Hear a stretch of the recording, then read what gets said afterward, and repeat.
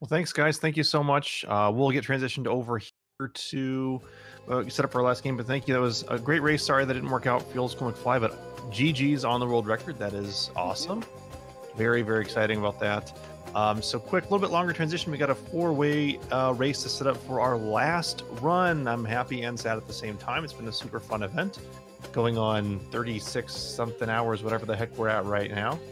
But yeah, so we'll go through this transition here, and we'll be back shortly with Lufia 2, Rise of the Sinistrals, the Ancient Cave Race. We had this at our last event, and we had, I believe, it was a three-way race. We had 3 DNFs, so I'm excited to see some RNG punishment here. Hopefully we'll get some completions this time. So anyway, stay tuned. We'll be back shortly. Thanks, everyone.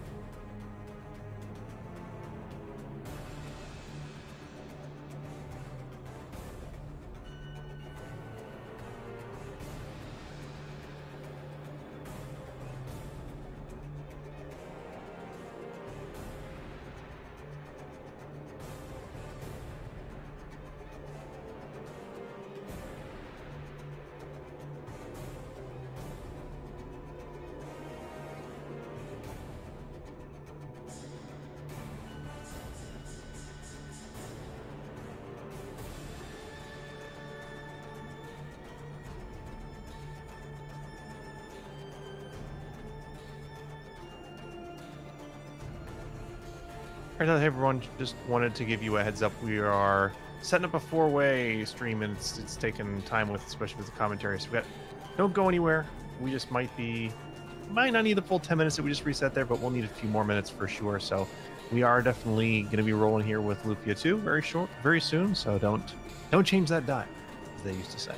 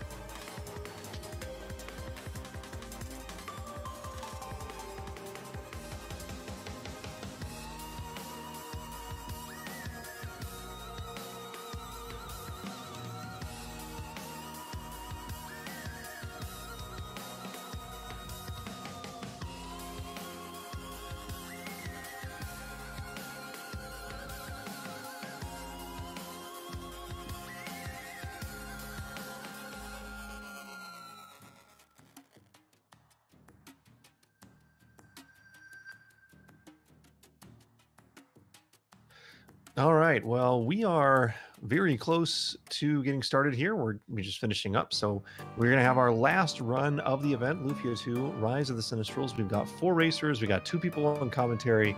Should be a really fun event. Hopefully we'll get some completions this time. So either way, it'll be lots of fun. So without further ado, we'll let them take it away and introduce themselves, and good luck to all the runners.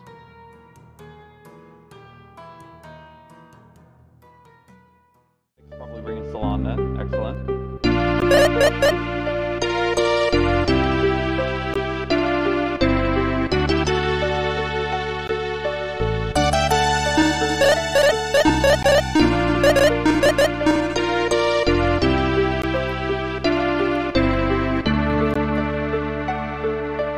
All right, so it looks like we're all set and live. So without further ado, take it away, guys. Tell us who you are, tell us what you do, and have fun. Good luck. All right. Well, I'm Michi. I usually run this game.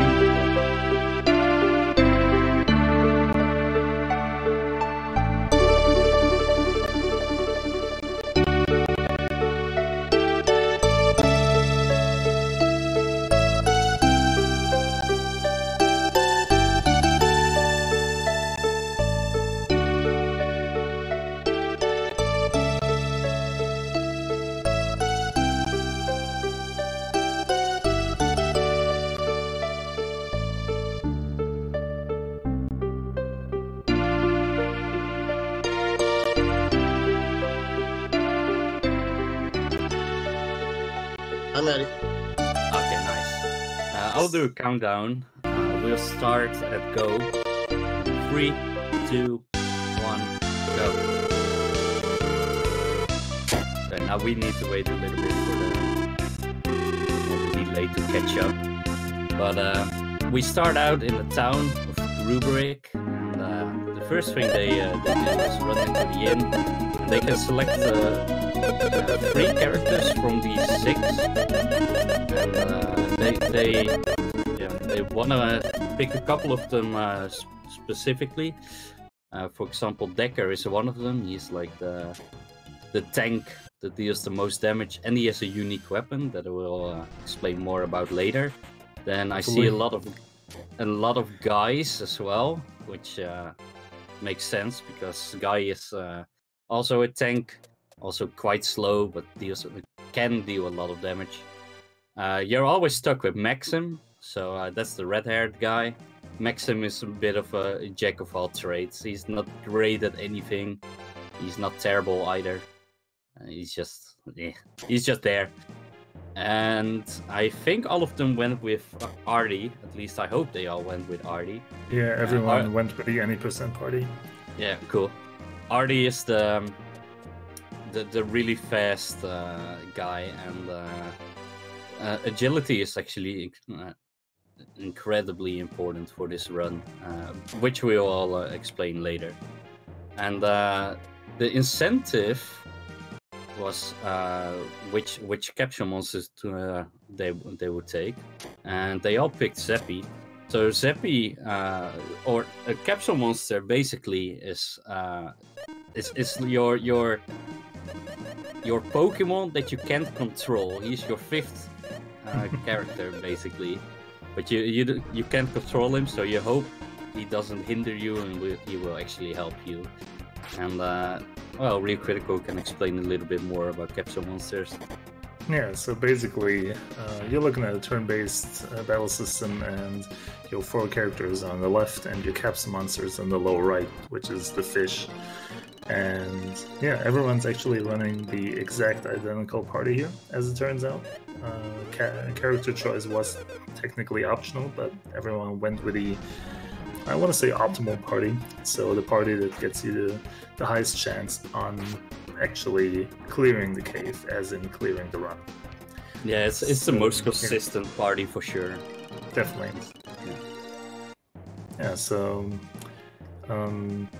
generally speaking, I feel like explaining a little bit what sets this off from regular roguelikes. So a big part of this game is the movement system. So, well, first of all, you have a battle system, which normally in roguelikes you don't see everything happens on the map. And here you switch to a battle screen where you have a turn-based battle. But the battles are started on the map, and your position relative to the enemies determines who gets a free turn. So, to give an example, if you're looking at the enemy's back, you get a 100% chance on the first strike. If the enemy is looking at your back, they get a 100% chance of the first strike. If anyone's looking at either person's side, they get a 50% chance. And otherwise, everything works as you would expect. Yeah. So that's where, that's where agility comes in. So agility actually determines where you get your attack in the turn, and there's also some calculation with running away. Nice fry sword, which also factors in agility. So on these early floors, because it's a marathon run, you know, they want to play somewhat safe, you know, farm extra monsters, get more levels, pick up more items than they would otherwise, pick up more spells, more healing items, etc. And in like an actual any percent run, they would just head straight for, say, floor 5 and try to get specific items there. But here they will actually take a bit more time. At least I hope. But so far they have, so that's good. So you every time you enter the cave, I will explain a bit about the cave, which is actually really important. The cave consists out of 99 floors. You start at floor 1, and you go to floor 99, and at floor 99 there's a final boss. And the final boss doesn't attack you. He even heals you, and he gives you magic, and he's really nice. But you still need to kill him. The catch is he will run away after 3 turns, and he has 10,000 HP. A little bit less than that, but let's say 10,000 just to keep it easy. So yeah, the problem is, as you can see now, you know, they will only deal like 20 or 30 damage with the weapons they have now, and a little bit more than that with potential spells that they picked up by now. For example, Hopkine name, I know he picked up Firebird, which is a really strong fire spell, but even that would just deal like 200 damage. So they need really specific items in over the course of the cave. To actually be able to kill the jelly. Yeah, so it's not that specific with this party, which is part of why this is the most consistent one, because you get a lot of options with this party and a lot of, well, great finishers, I want to say. Yeah. So every floor is randomly generated, though. For the most part, there are ways to manipulate it, but they are all playing no manipulation. So they don't know what's gonna come up in the floors. They don't know what's in the chest.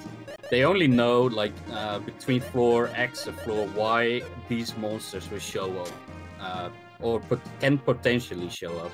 Yeah. Whether they do show up or how many of them or whatever, that's still random. And the floor layouts are also random. So you can have a really big room, or you can have and basically a floor that is just a hallway, and they spawn on top of the stairs. And for an actual, you know, any percent speedrun, you would want to get to the stairs as quickly as possible. Only grab the items that you need, only kill the monsters that you need to kill, and just go as fast as possible. But right now they would want to pick up more items, more spells, an actual healing spell. Yes. Oh, there's a healing spell. There is a rally for two Valor for Mike. Yeah, 2 at the same time. That's really good for these guys. So there are 5, if I'm not mistaken, healing spells in the game, and don't count poison, yeah, not counting poison, yeah. Which is basically an antidote. That's all it does. Deadly rod. That is awesome. I feel like getting into items here a little bit because a lot of people have found a lot of stuff. So Yeah. Mike just found the Deadly Rod. He has the healing spell. He also has access to Trick due to the Power Ring that he found. Hapkanan also found Power Ring. And Eli found a Thunder Ring and the Fry Sword. So a really good weapon and a really good ring that boosts his Thunder Elemental spells, should he find any.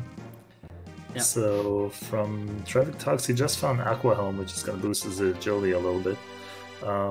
Unfortunately, I haven't caught too much more because there are a few frame drops, but what I can say is that Hapkanama and Traffic Talks are slightly ahead in terms of floors, I want to say.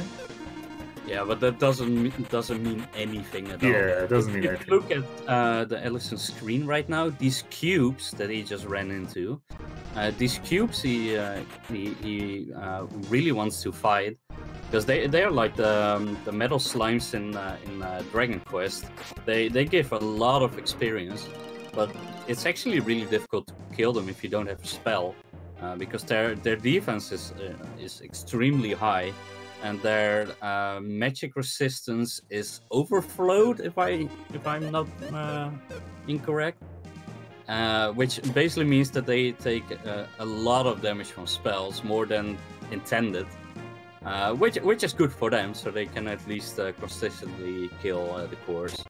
But to put it, in lame terms, if you will. One of these cubes, or one core, is basically the same amount of experience of 10 normal enemies. So they hold huge value, and especially in an any percent where you don't want to fight anything else except for a couple specific monsters, because it costs time, right? And Every battle costs time. Yeah, there are four of them over the cave. Like this spawn at 4 different parts in the cave. So you really want at least pick up one of these red cores, preferably 2 or 3, because from the level 1 you instantly become level 9, and then from the second one you become level 11. And level 11 is a really nice level all the way up to like halfway 20s. So these red cores spawn between 11 and 13, so that basically means you don't have to farm anything until say 30s if you play risky. And at floor 32 to 34, you already have the next set of the cores, the blue cores. Yeah, so technically you can go through the whole run without farming experience anywhere else than on those cores. However, they have an escape rate of 75%, so you can like count on them, and of course you don't even know if you're gonna encounter them at all. So yeah, while it's a nice thing to have, you cannot bank on it happening for you in your run. So yeah, we see all these players here going for them quite excessively, as far as I can tell. So, and I think all of them got them as well. Yeah, exactly. Yeah. So if you wouldn't get them, if situation, I usually go, if I have a strong spell, I usually go after one of these zombies or mummies, and I just throw a strong spell on them, and that's like it's quite let's be fair, it's poverty threats, but it kind of works. It's like a backup. Yeah. Man, there are so many cores. There are 3 cores in this room for Mike. And Hapkanama just found the first Decker Blade of the run pretty early as well. Yeah, so the Decker Blade, that is the one best weapon for the Jellicoe. So if you look at a battle when they show up for you guys, there's a health bar, a magic bar, and an extra bar, the orange bar. That's called the IP bar, or Ikari points, and that bar is especially important. It's like a limit break from the Final Fantasy series, but you get an ability from your weapons, armors, rings, jewels, helmets, etc. that you have equipped. And the Decker Blade's ability is that it will deal 50% of the current HP in damage, just from that ability alone. So I explained how the Jellyhead 10,000 health, while the Decker Blade will usually deal between, well, say 5,000 to 6,000 damage, because it also calculates in like Decker's attack power, etc., like formulas. But so that's really good. You also have the weapon called another Decker Blade. And another Decker Blade for Traffic Talks, and another Deadly Rod for Mike. I haven't seen the Decker Blade in like 40 runs, but okay. The Deadly Rod and Deadly Sword and the Fatal Pick, they are weapons that are like they deal very little damage or none at all to most enemies, but they have a special ability, if you will, on them, where if you attack a non-undead enemy, there's an 80% chance that it will insta-kill the enemy. So especially for the later floors, where a lot of monsters are very dangerous or have a lot of health, you will want to use either a deadly spell or a weapon like the Deadly Rod or Deadly Sword on these guys. Just, well, for safety, but also for speed, of course. So some what is interesting here, you see on Traffic Talk's screen, you saw a snake.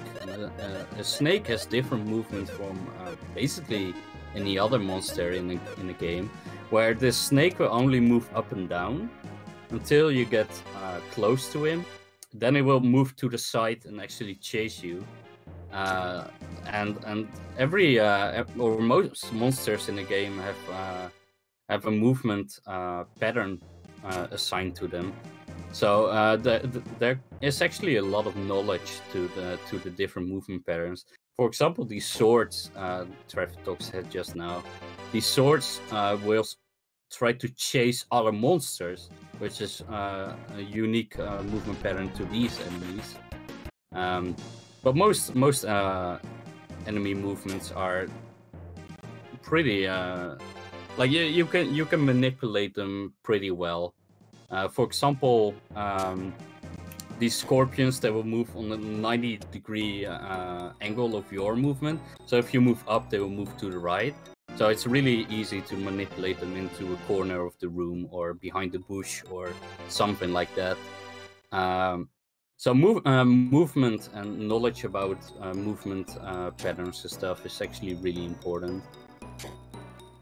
And well, I have a lot of faith into these guys. Like they all know the enemy movements and stuff. Yeah, and it does appear like the cave is getting them every chance they can take with all the equipments they found so far. So yeah, we're seeing a couple of miracles here right now. And yeah, on the early floors, you can't really ask for much more than they already got. They got tier 3 spells, as in the highest grade spells you can possibly find. Some of them have revive spells. The only person I do not know whether they have a revive or a healing spell is Traffic Talks. I did not see that.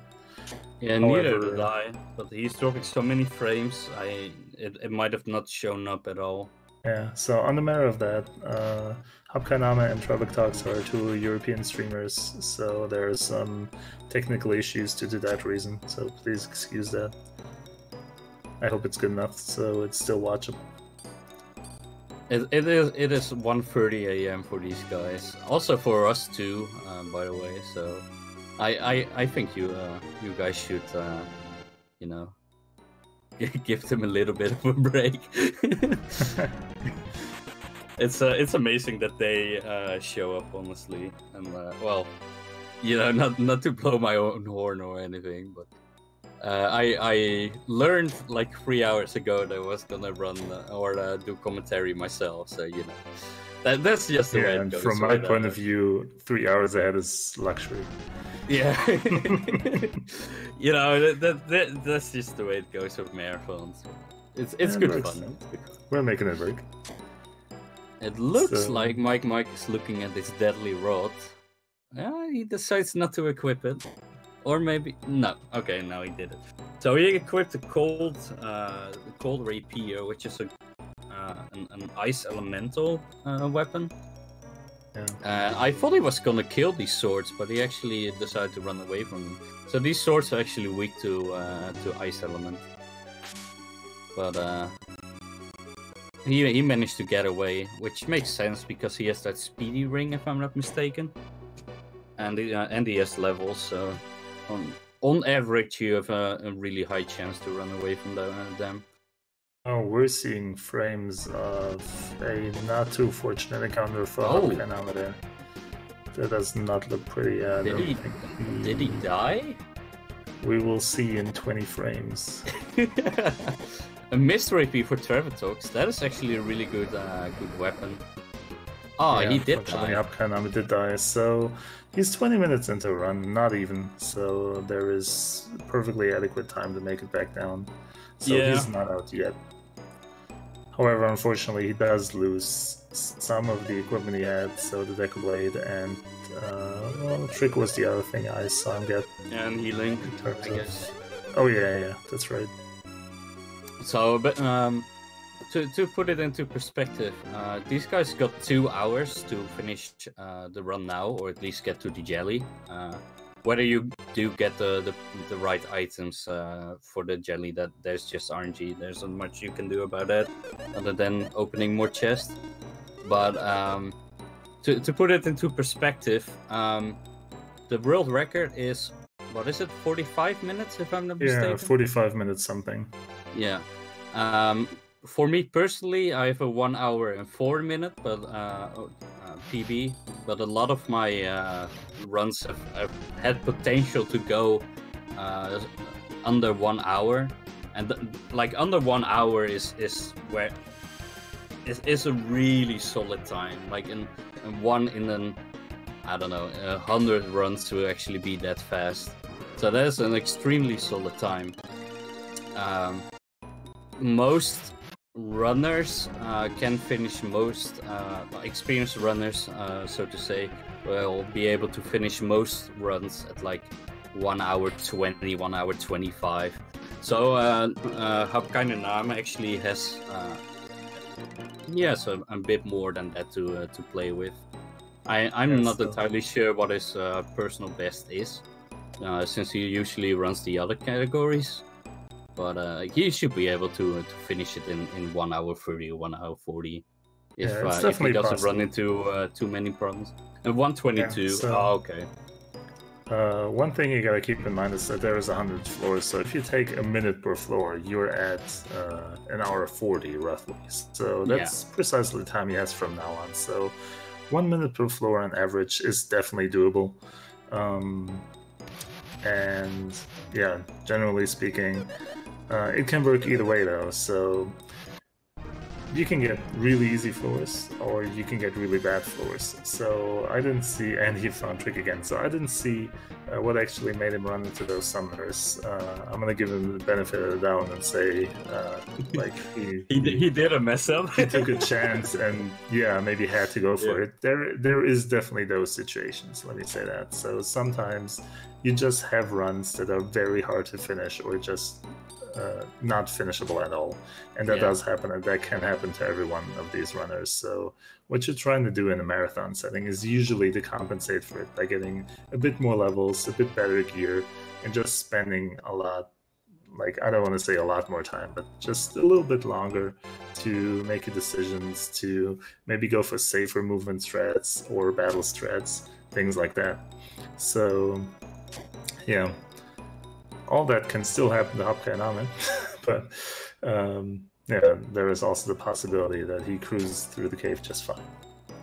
Yeah, Trevatox is actually, well, he has a really solid start, let me put it that way, because he actually managed to get past the blue mimics. So between floor 29 and 31 are, one of the biggest run killers, in my opinion. It's easily top 3 the biggest run killers in the game. So there are enemies that disguise themselves as a chest, you know, in good RPG fashion. You could tell by their color; it's slightly different than other chests, if you will.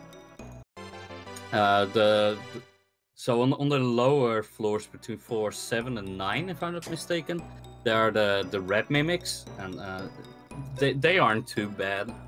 They have relatively high health for these floors, but they at least they have a movement pattern. They just chase you, so you can easily hide them behind chests or bushes or stuff like that. The blue mimics, they their problem is that they don't move at all, and they have like 300 something health. They deal in they deal an insane amount of damage for that for these floors, and usually you just don't have the stuff to deal with them yet, because you need strong weapons, strong defense, strong spells, or deadly and deadly items, or deadly rod or deadly sword, just to deal with them. And if they want to kill you, they will kill you. You can kill everything, grab every chest, etc., etc. But if you have to encounter those and they decide to kill you, you will just die. There's nothing you can do about it. So, the blue mimics are definitely the gatekeepers on the floors they appear in, and unfortunately they are right before blue cores, so the second enemy you can easily farm IP on. So that's a bit of a cruel game design concept there. Yeah, if you could get what we gotta deal with. Yeah, if you could get a blue core before the blue mimics, then your chance of survival would be much higher. But yeah, sadly that's not the case. But yeah, what can you do about it, right? Yeah, you just gotta get lucky. Yeah. Or get good, as Traffic talks. Get good, good execution, and a little bit of luck. Decker is definitely stronger than Goku. Easily. So on Mike's screen we see a monster that's the octopus. He really doesn't want to run into those, because they will attack everyone and they deal a lot of damage. They aren't the fastest, but at least the movement pattern isn't too difficult. They will just follow the walls until they run into something, or if they run into a door opening, they will get stuck in the door opening and just make little squares around the door opening. So their movement pattern isn't too bad, but you really don't want to fight them. You can get around a lot of enemies knowing about their movement and like just dodging the encounter altogether, and the squids are definitely an encounter where you definitely want to try avoiding them every single time. So yeah, Mike has a particularly unlucky corridor there where it's almost impossible to use movement to get through there without... Oh man, that does not look pretty. So right about now, he's gonna be very happy that he found a deadly rod, which I hope he equipped by now. No, I don't think he has. He will definitely have equipped it. No, he regular attack the back row line. Yeah, he has it. So which I don't agree with, by the way. But no, I definitely do. I should have front rowed it. Yeah, I never explained about that. So you can see the characters and sometimes the monsters in two different rows. The characters in the front row deal more damage, but they also take more damage. The enemies and your characters in the back row, they will take less damage, but also deal less damage, except for spells. Spells will just deal 100% of the damage it usually would. Yeah, there's the deadly chance for Mike kicking in. It has an 80% chance to hit 50% of the time. The other 50% of the time it will just miss. And especially when you're in a situation where you must hit, the game likes to not give it to you. And that's a bit of a meme, but I definitely cannot disagree with you. It's a meme, but I truly believe in it. Looking at the game code, we know it's 80%, but running, we know it's not always 80%, let's put it that way. I'm happy when I hit 50%, so that's how bad it is. Oh, it totally averages out for me, but it chooses to like roll those 20%, you know, when you're at Archfiends or something like that. Yeah. Quite consistently. The The game is sentient like that. Honestly, Yeah. the game knows. Wow, So Mike Mike- got super lucky on these Exactly, tentacles. These tentacles, or ammonites, they're called. If they decide to use their tentacle attack, he would have probably gotten wiped if maybe Decker would have justified. I don't know his armor situation right now, but he could have been wiped. He's level 17, he would have lived, but he really didn't want to get hit by 3 tentacles, which he thankfully didn't. But And he finds a yeah. crystal wand, which is another piece of the puzzle for him. Yeah, it's a Maybe. good item. Well, actually, maybe not, since he has a deadly rod. Yeah, it's the deadly rod equipment. It's a good holy weapon for Artie, but, and the girls that nobody took. But yeah, if you have the deadly rod equipped, let's hope that Blue Mimic there is not standing on the stairs. I don't like that Yeah. position. If it's Yeah, like, it's- next to a wall, usually it's not on top of the stairs. But Well, there is a set thankfully- layout where you can determine whether it's on whether it could be on the stairs or not. But that one was definitely on those spaces. Yeah, But he got lucky, yeah. Or well, he didn't get unlucky. there are some quirks in this game. Not to bash the developers at all. I absolutely love this game, but there are some weird quirks in this game where, like for example, the stairs should never spawn in front of the stair or in front of the door. The stairs should never spawn in front of the door. But I've seen it happen like 2 or 3 times. Yeah, it in does the- happen. In the, I don't know, 2,000 hours I've played this game, I've only seen it happen 2 or 3 times. There are a couple of glitches that can happen. Let's hope they don't happen. They're extremely rare, but let's hope they don't happen. But for example, there's a glitch where the floor doesn't load entirely, and you can actually walk into the void.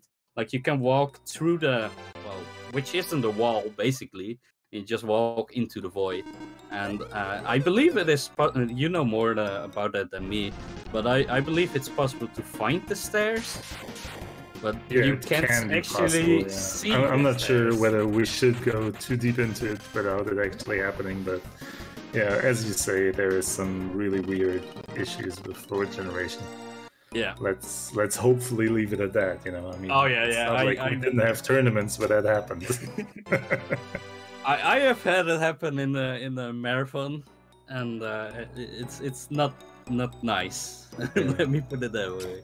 It is really rare though, and there is a Deca Blade for Eli. So now we have 3 people who have found the Deca Blade, 2 who still are in possession of it. So yeah, Mike, I didn't see a Deca Blade for him. But yeah, I also don't want to focus too much on Deca Blade, but it is just so critical to your jelly setup in the end. So Yeah.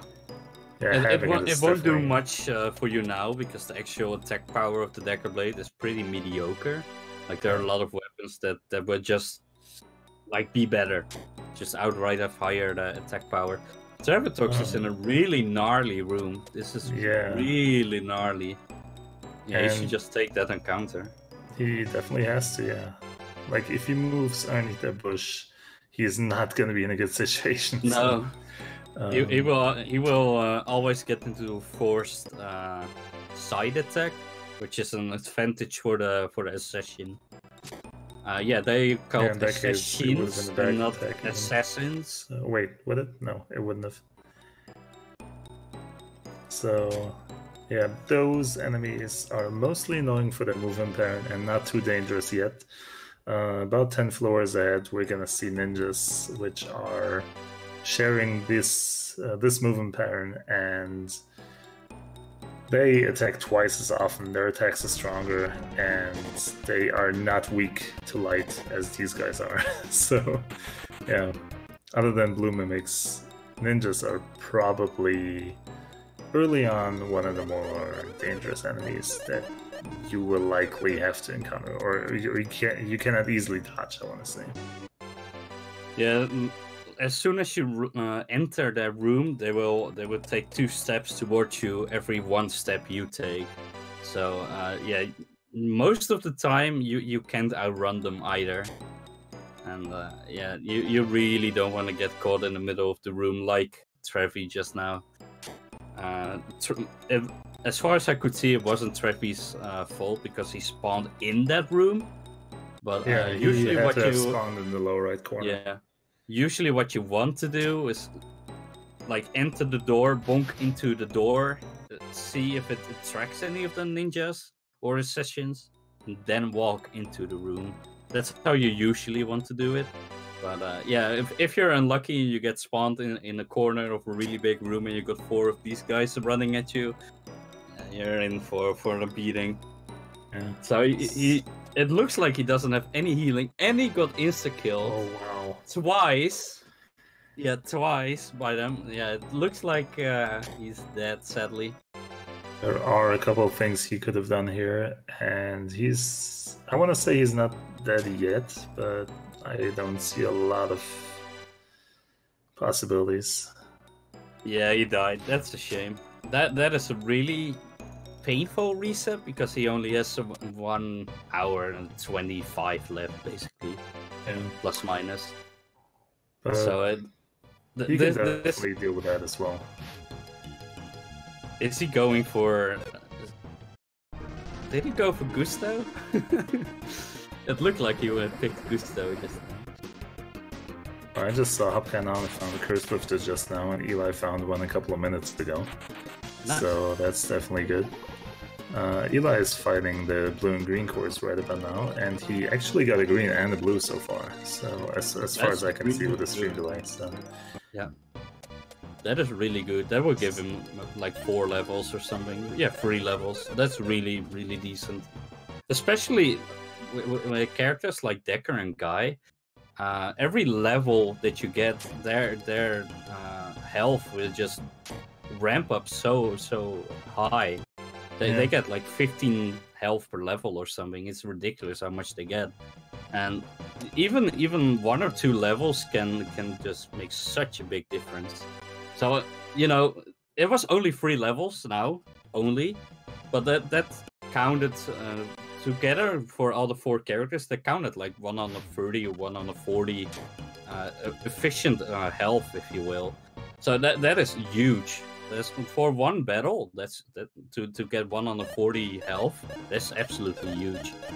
yeah, I wouldn't be sure if it's that much, especially for the non-Decker, non-Guy characters. But yeah, you're definitely right. And like generally, yeah, even one like surviving 1 extra attack that can already mean life or death. It's just a difference. And no, or blue core. I mean for Rogue-a-rama. I would just call him No Name because I don't speak German. No Name is easier for me. well, as his name famously gets mispronounced, let me just say you pronounce it Rogue-a-rama. So yeah, you I think definitely had it. Yeah, I know. I just hate pronouncing it. Ellison is fighting these blue prince lizards. They're called. I just always call them blue lizards, but they are weak to fire. But the reason why he's killing them is because they can drop an item which is called the Twist Jewel. Oh, there's an assassin for Mike, and he ran way back into that previous room, and I'm glad he did. I mean. But yeah, the Twist Jewel gives you 25 agility, if I'm not mistaken. 30. So that is huge. Oh, and another assassin. Okay. Thankfully, there's none here. Maybe no, it's a dead end. It loops around. Eli found a flamethrower fruit and is thinking about evolving his capsule to the 5th form. Maybe we'll see that later. I will not spoil anything.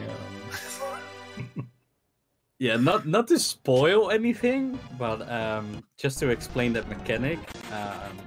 So these capsule monsters, they don't evolve from experience. They only evolve by feeding them. So what you do is that you give all your bad equipment or your good equipment to them, to your capsule, And then if he likes it, and that depends on the value of the weapon, he will actually get experience. Oh, this is some nice movement from Mike. He's blocking that assassin. Oh, He didn't execute it. That was so nice, but he didn't. No, the thing is, there was no way for him to execute it without encountering. Yeah, he should have pulled those the states. further up on the left side. Then he could have done it. What he tried to do was block the assassin by moving these other monsters in front of the assassin. But he should have taken a little bit more time to do that. But that was a nice solution to the puzzle. He should have just taken a few more steps on the left side of that room before looping. I don't know if he could access that corridor, but yeah, he definitely had the right idea about it. But it wasn't gonna work in that situation. Yeah. But he got through. But yeah, then you run into a treasure room, or we call this a treasure room, or a party room, or whatever you wish to call it. At the higher floors, where there are a lot of dragons, we call it the Dragon Con, or the Dragon Conference Room, or whatever. We have all these nice names. But, I always thought of it as Dragon Convention, but whatever. Yeah. Either con works. Dragon Con artist. Some rooms are really bad. So this room, all the pumpkins and the vampires, they all teleport. So this room is really disgusting. The vampires and the pumpkins, they both have different teleport movement patterns from each other as well. So, for example, these pumpkins will teleport, and are they different? I think they're different. They're different. Yeah. So what the pumpkins do is like they teleport, and they take 1 or 2 turns, and then they take a step and then they teleport again, something like that. And these vampires are slightly different from that. But I hate teleporters, as you can tell. Especially around the floor 50, there are like 3 or 4 different teleporter types, and I don't know. I can't kind of refound another couple of wizards on his floors, but this time got the better end of the battle, and now actually finds himself back to the 30 floors.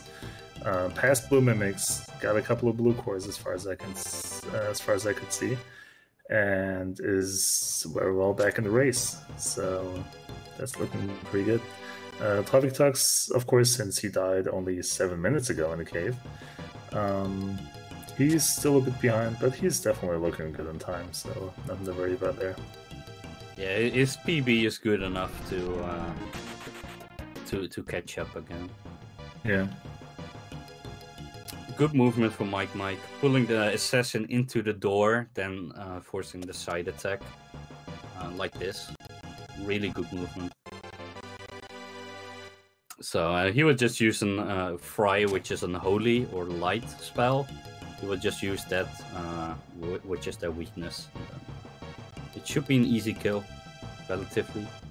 Yeah, Hapkanam is voicing his disappreciation of my assessment of his situation. It does not look as good as I made out just from the floor and the time. Ooh.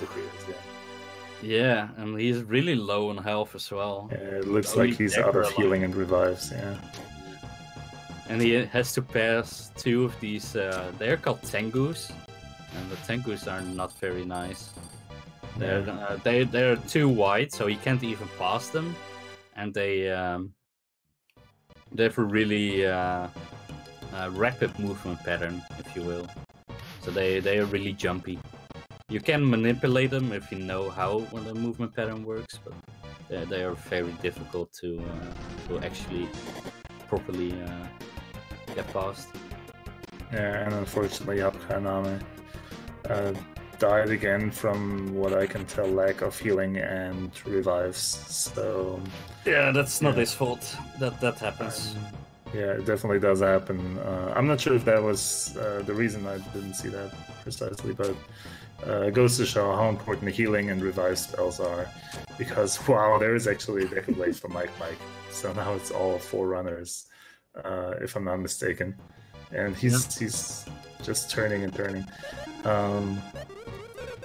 So what was I gonna say? Yeah, having healing and revive spells gives you pretty much infinite access to healing your characters and bringing them back to life. So those are really important. Oh yeah, and one thing we didn't mention is that your capsule starts every battle with full HP and alive, no matter what happens in the last battle. Yeah. Just as a side note.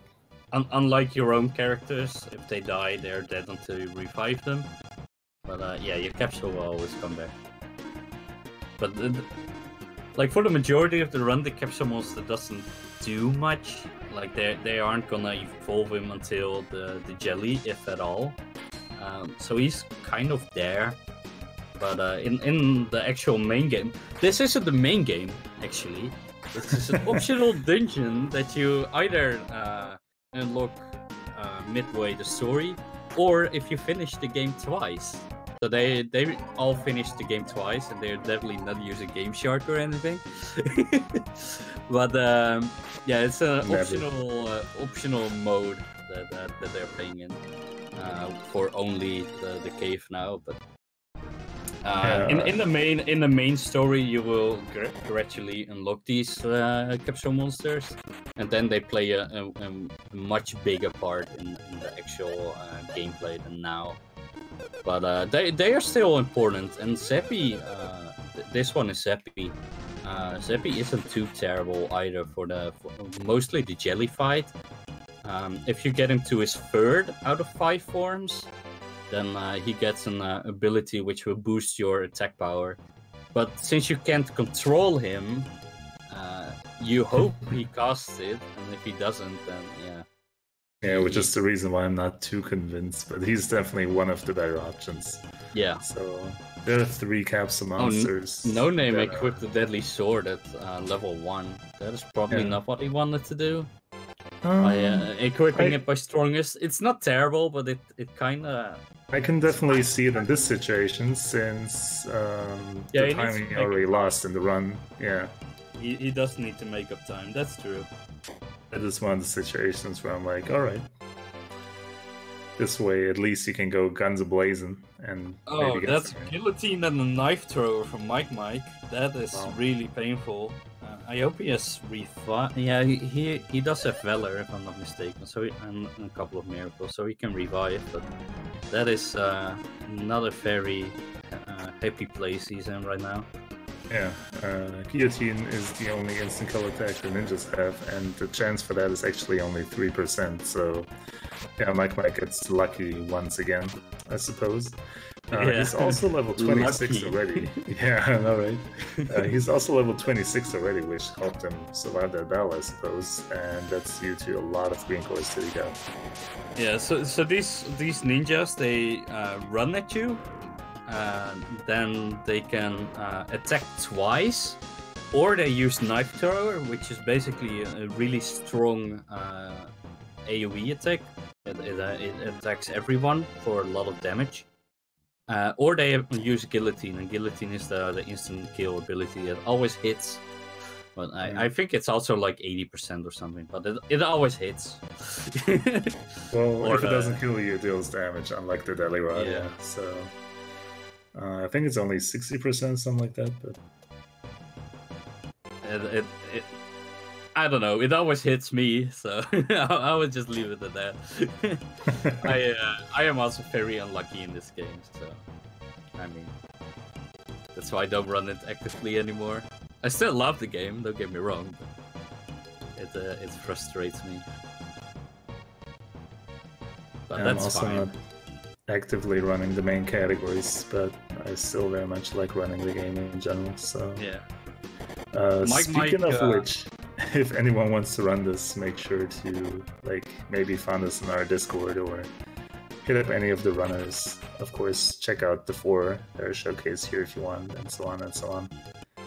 Yeah, give me a PM. I will hit you up with all the links. So the invite link to the Ancient Cave Discord. There's a guide out there. Or a couple of guides now. Two guides. Two good speedrun guides. There's a lot of guides.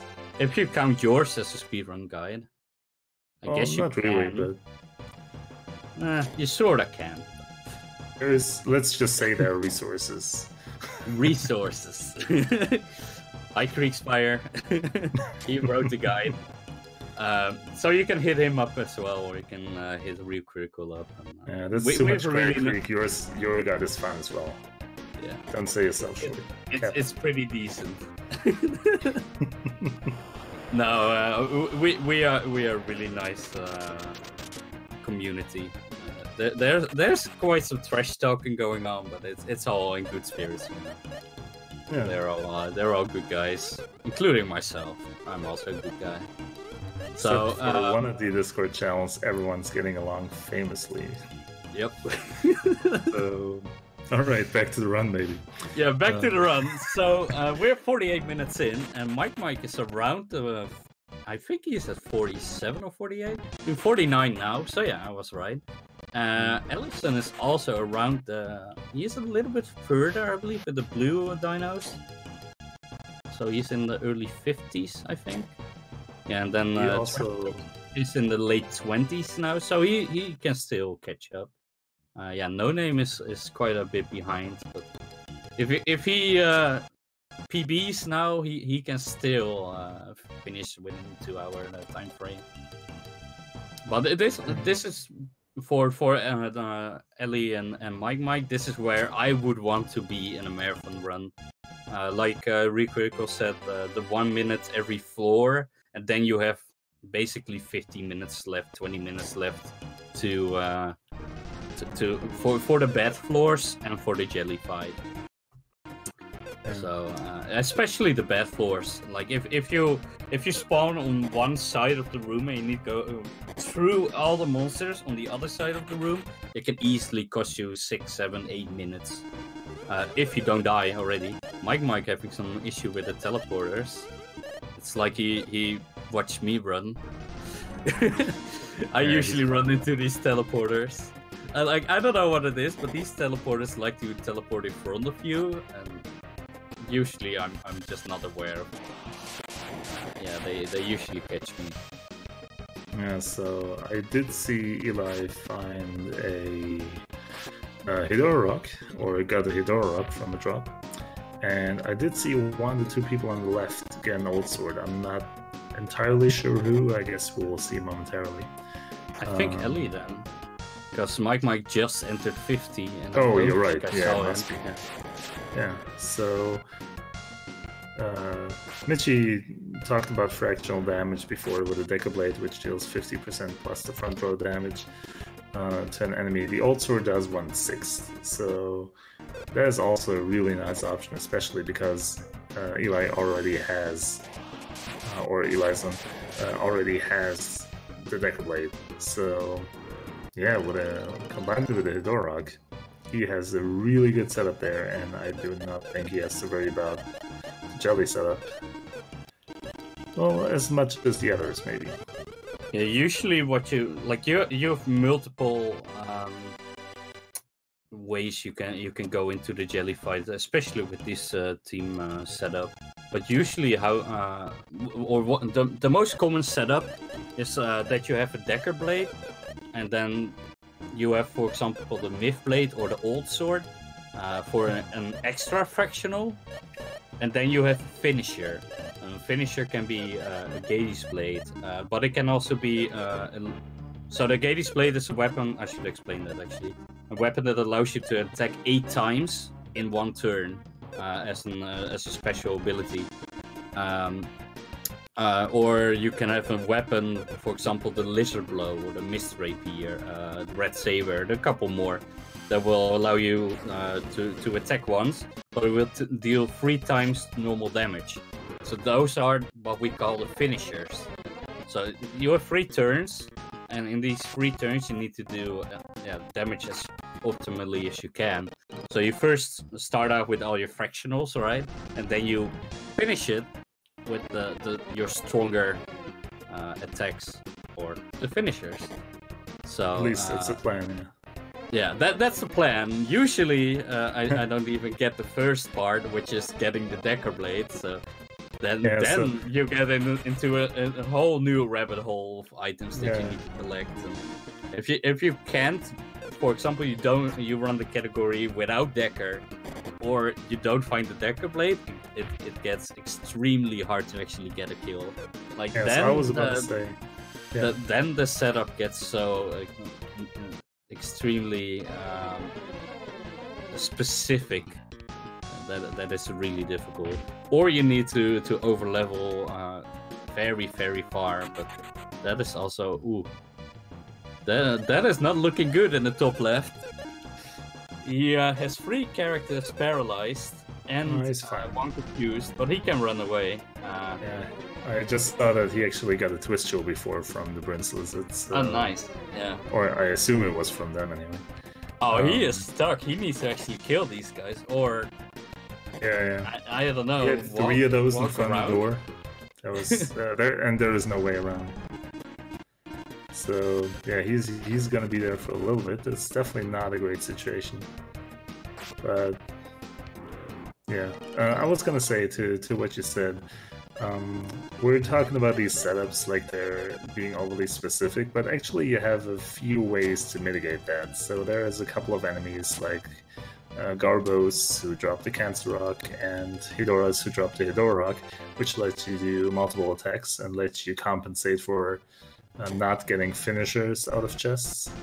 And then there is Gorgons who drop the Gorgon Rock, and that is a 1/8 fractional. It's not great, but it is an option if you can only, do not find anything cool in chests. Yeah, you can only use it once as well, because it uses 76% of your IP bar, if I'm not mistaken. Something around that area. Yeah. Where the Decker Blade uses a full 100, but it's much stronger, obviously. But if you can combine the Curse Lifter with your Deadly Rod, so you need to find both of them, which is kind of rare, but not too uncommon. Then you can use that 1/8. You can use that 3 times, because it only uses 28%, if I'm not mistaken. So you can actually stack it up to 3 times in 3 turns. So it kind of depends on what kind of item you pick up, on how much of the IP bar it actually uses. And yeah, you will need to grind up that IP bar. I think I didn't mention that earlier, but you get you fill up your IP bar by taking damage, just like in Final Fantasy VII with the limit break, for example. Yeah, taking damage from enemies. Yes. Yeah, you can't hit yourself to get the IP bar. That doesn't work, sadly, because that would make it a lot easier. Yep. So Traffic Talks found his Sizzle Sword, which is hopefully going to help him catch up a little bit. It's a very strong attack weapon, just like the Fry Sword for Eli. I didn't see any other blue chest weapons. I guess we didn't talk about blue chests either. No. So let's just say they have rare equipment. They can drop from floor 1 on, and as every other weapon kind of scales with the floor that you're on, the blue chest weapons are usually way out of proportion, because even at the very end of the cave, they're still the strongest weapons that there are, well, more or less. So, with some exceptions, I want to say. Yeah. But yeah, having one is definitely a good thing. Yeah, the Katie's Blade is the one best item that you can get from the blue chest, because it will allow you to attack 8 times in a single turn, which is really good for only Decker and Gaia can equip it, but it is also really good for them because they have a really high attack power. So you want them, and since they don't have spells, you want them to attack as much as possible. So giving them 8 attacks to attack is extremely valuable. If you would give that to one of the ladies, to Tia, for example, that we don't run right now, but Tia has a really low attack power, so giving her 8 basic attacks isn't valuable at all. So thankfully she can't equip it either. I was about to say. Yeah, but in theory, right, it would be really bad. Oh, so and there's even more agility for Eli out of a blue chest. Yep. So I didn't see. Does he have a deadly rod? I know he has a curse lifter. That's a good question. I think he does. I don't know. I guess we'll see. I honestly don't know. Soon enough. So on these later floors, the Deadly Rod, as Mitch explained before, has an 80% chance to instant kill, and on these later floors you have a couple of enemies that you really do not want to power through with regular attacks. So enemies with like beyond 2000 HP, you do not want to fight regularly because they usually come with attacks that you do not want to tank and or spend time on. So a Deadly Rod, well, mostly a Deadly Rod or a Fail Pick, because your fast character already can equip those, is going to be good. What Rogue-a-rama still has equipped, I believe, is a Deadly Sword, which is on Maxim, but Maxim unfortunately isn't quite as fast, which matters because he might get killed by the enemies before he gets to use it. But yeah, generally speaking, deadly weapons are very helpful if you know when to use it and when to not use it. Yeah, these dinosaurs are kind of trolling Mike right now. Yeah, okay, he got past it. So that dinosaur was kind of like hugging the stairs, like protecting it, like it was his horde or something, like a dragon. I don't know. He didn't want to let Mike use that staircase. And he was kind of guarding it. It was fun. It's annoying when it happens. Don't get me wrong, but it's kind of funny to see. So he's still farming Hedoras, which is good. Like getting an Hedora Rogue actually has a lot of value. Just in terms, it also gives you agility, so it's also good for Artie. But yeah, like Rico explained, it gives you a lot more options for the jelly fight. And that's another deadly rod that he can't use. Yeah. But yeah, spawned in quite the treasure room here. He's got 3 Warm Eyes just waiting for him. Oh man, not exactly a clear path above. So yeah, I really hope he doesn't need to go to the bottom left corner, because I don't see a way that he could get there. Not even if he manages to go all the way to the top right now. I did see a way you could get there pretty freely, actually. But... Yeah? Yeah. I mean, if he would go straight down now and then left again, he would still encounter them. So he would need to go... I don't know. I don't see it right.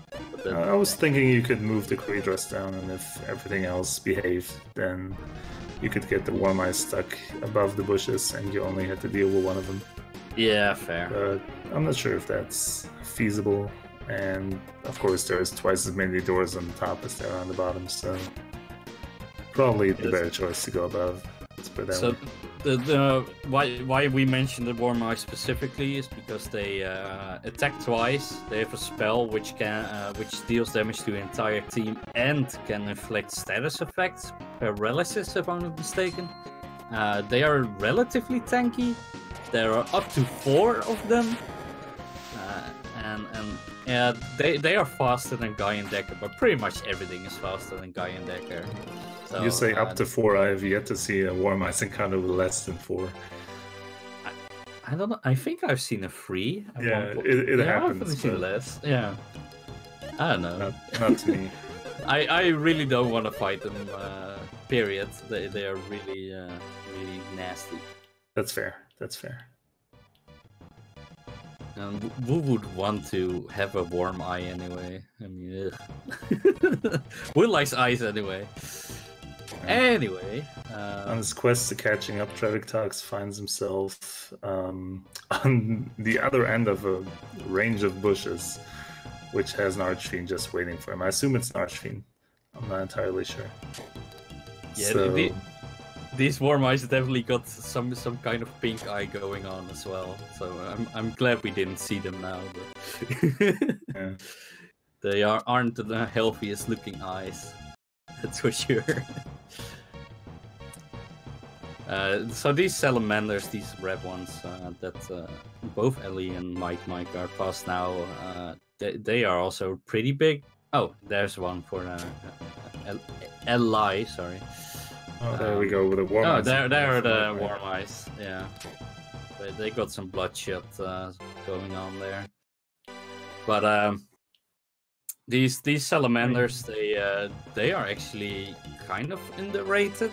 Like they can still really easily kill you, even though nobody really is really too scared of them. I have lost more. Yeah, I've lost more runs than I wish to admit to them.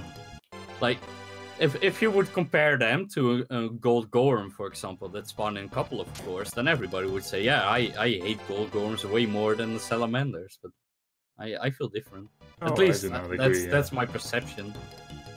Like gold gorms, you can somewhat manipulate. There, Mike is encountering the gold gorms. Yeah, now. he's doing a great job of supplying our commentary with a visual feedback. Thank you, Mike. Shut up.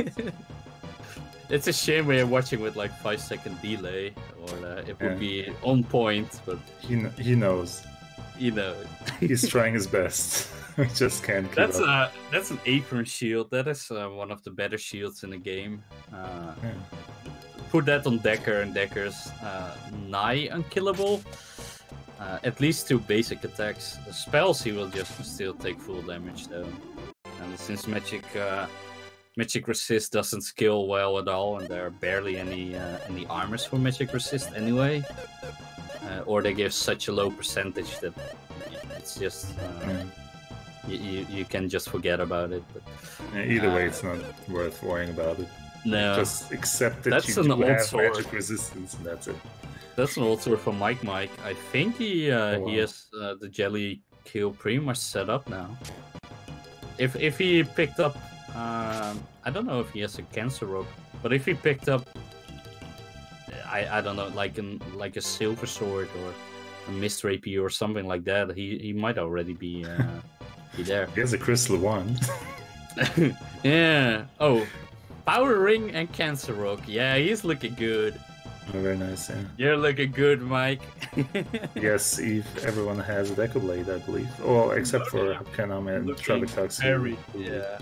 He is looking very rough. At level 7, fighting these green plants, that is not where you want to be at all. That's not great, no.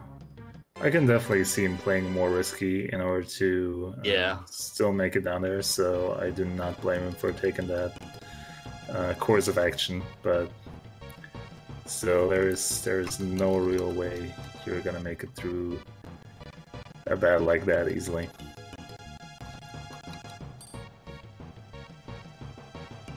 Well, I think Travitox didn't pick up a new one anyway, but... Yeah, that's also my stand. To be fair, I've been paying less attention to it. Hapkanam did survive the encounter, so at least he gets another chance. Yeah, but he needs to go to the bottom left, and he only has already alive with 20 HP, so he's not looking good. That's not great. Oh, that's a Berserk Blade. You want to ditch that as quickly as possible. Because the Berserk Blade has a high attack power, but it's cursed. So if he doesn't have to, though. Yeah, he probably already has better gear. He has or Fry Sword and Old Sword, so...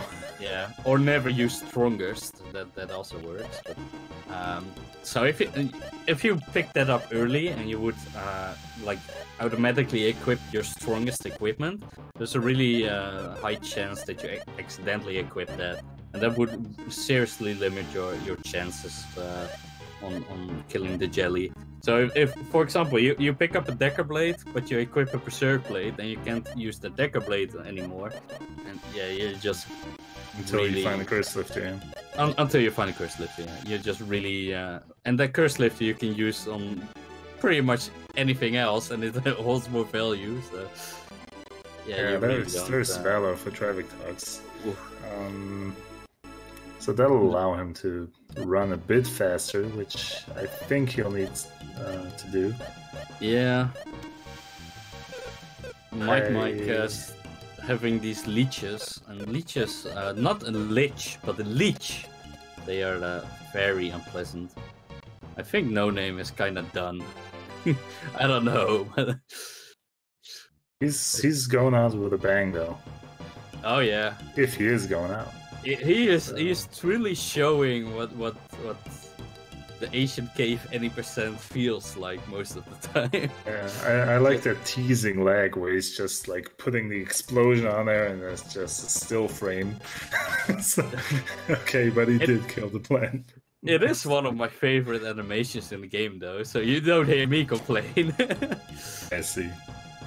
And I the mean- sound effect is really cool as well. It just sounds like a really big explosion. It's pretty Yeah. cool. He is definitely still trying, and with Man, every these- with every level Artie gets here is, yeah, his chances are growing, but I think not he's holding dead. my breath. He didn't kill the Garbos there, and so the Garbos get some move. Is he back to level 1? He's changing his capsule monster, Yeah, and then we will get find a out black after screen. the black so- screen. The We'll be suspense. back after the commercial. Yeah, exactly. Floor 71 for Mike. He is way Oh, ahead he's alive. of schedule, which is good for him because he also has a lot of stuff that he needs for the jelly. So he's looking really good. who's So that this now? is floor 72. Floor 72 is basically floor 72 until the end, or more specifically 87.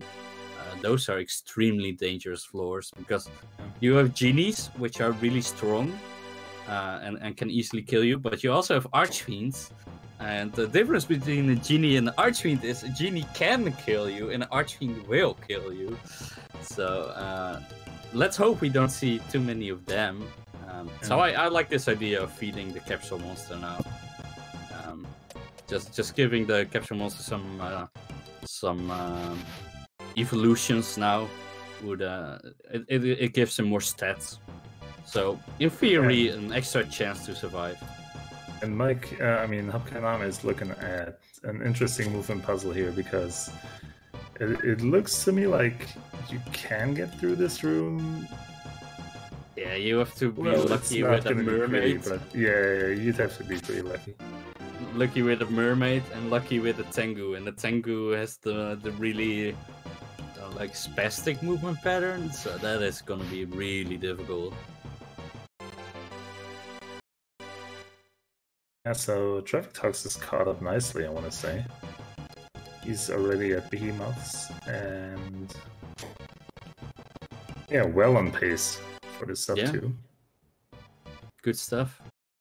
So good movement here in top left, pulling the genie all the way up, then resetting basically walking out of range, so the genie goes back into a spinning move, and then just walking past him. Really good movement there. Yeah, so Eli said before in chat that he does not have a deadly yet, but I think he found a deadly sword meanwhile, but I can see why he wouldn't equip that. But he does have Destroy, which is a 50% chance spell, well, a 50% chance to insta-kill spell, which is gonna carry him through this one if he's Yeah. lucky. Oh. That And- it actually has a lot of value if you don't have a deadly rod.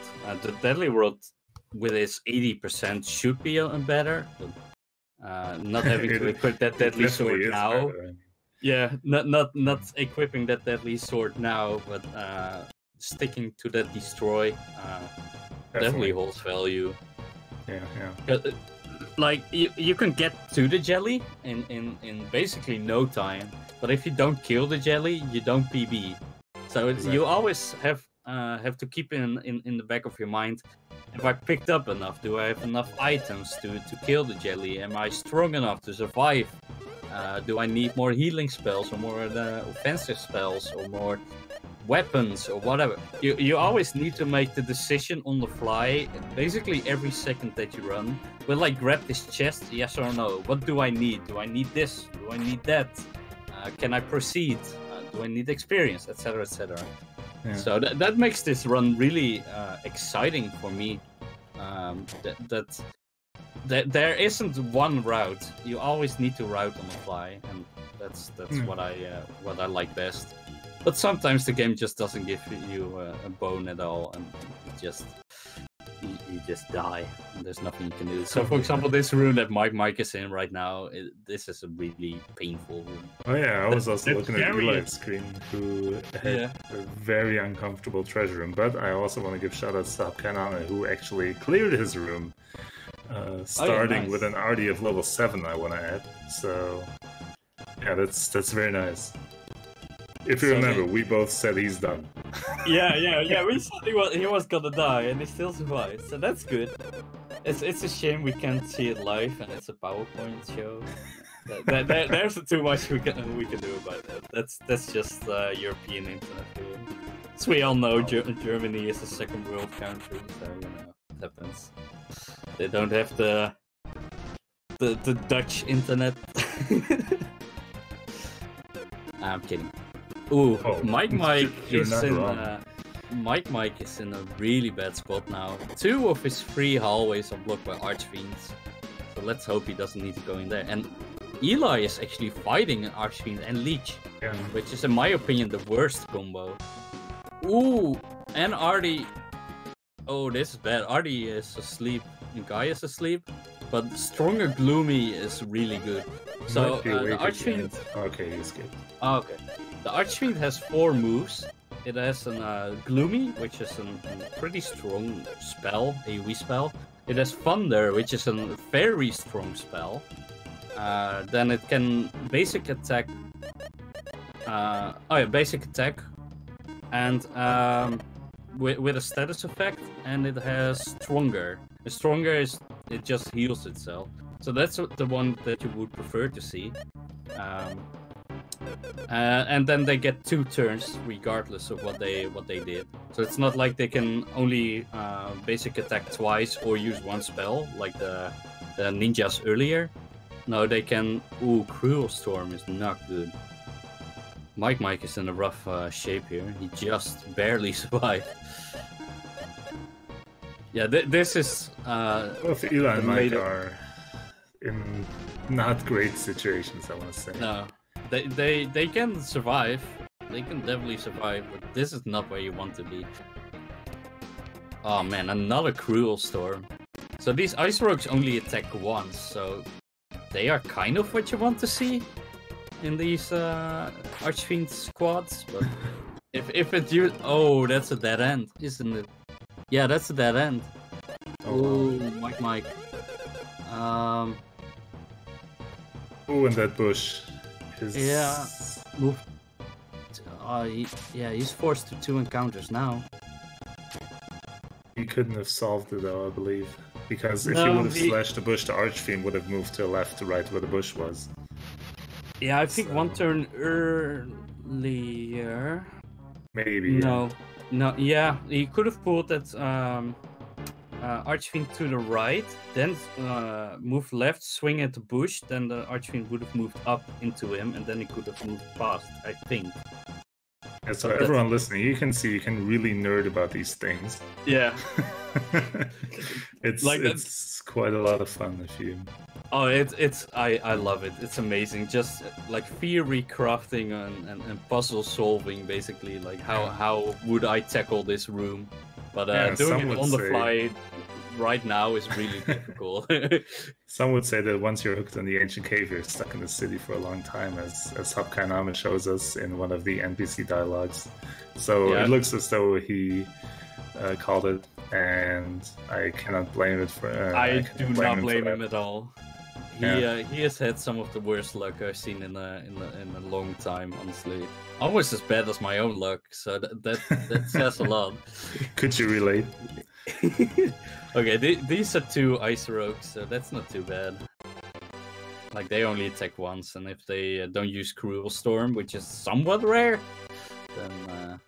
Ice Cruel Rogues Storm are- is somewhat rare, let me correct Yeah. myself. Ice Rogues are a weird kind of enemy because while they're not weak, one's always happy to see them because they share an encounter spread with Archfiends, which is some of the worst enemies you can encounter. And when you see a double, I forgot the name, Ice Rogue, then you're always going to be happy that you're not fighting Archfiends. And, yeah, that's always great. As far as underrated enemies go, those are probably on the top. Oh yeah. They are still extremely deadly, but you're happy to see them. It's such a weird feeling. Yeah. Salamanders. Oh man, they are one of my least favorite enemies easily. Probably because I've lost the tournament because of these guys. So it's personal. I see now. Ice Rogue's a 1390 magic MP. Oh, yeah, I didn't know that. Why would I know that, you know? I don't know the names of half of these enemies, so I'm looking at Mike trying to kill Gorgons, and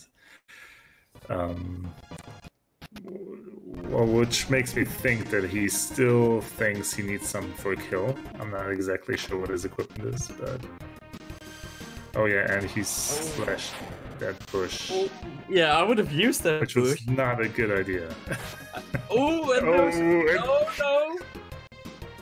So these are Ringinis. They're extremely dangerous because they're extremely fast and they deal an extreme amount of damage. He gets annihilated. So, he lives. He lives. Barely. 2 miracles and 2 regains. That is not a lot. That is not a lot at all. How are you gonna solve this one? Yeah, forced encounter with the Archfiend, I guess. Yeah. Twice. Oh man, this is bad. 3 times. Well, wait. He's below it now, so... Yeah, but he's below on the left side. So he takes 2 steps to the right. Yeah, he takes two steps to the right and the Archfiend moves down. That destroy hit, but no other thunders. So yeah, he actually survived. Destroying 3 thunders would have easily taken him out.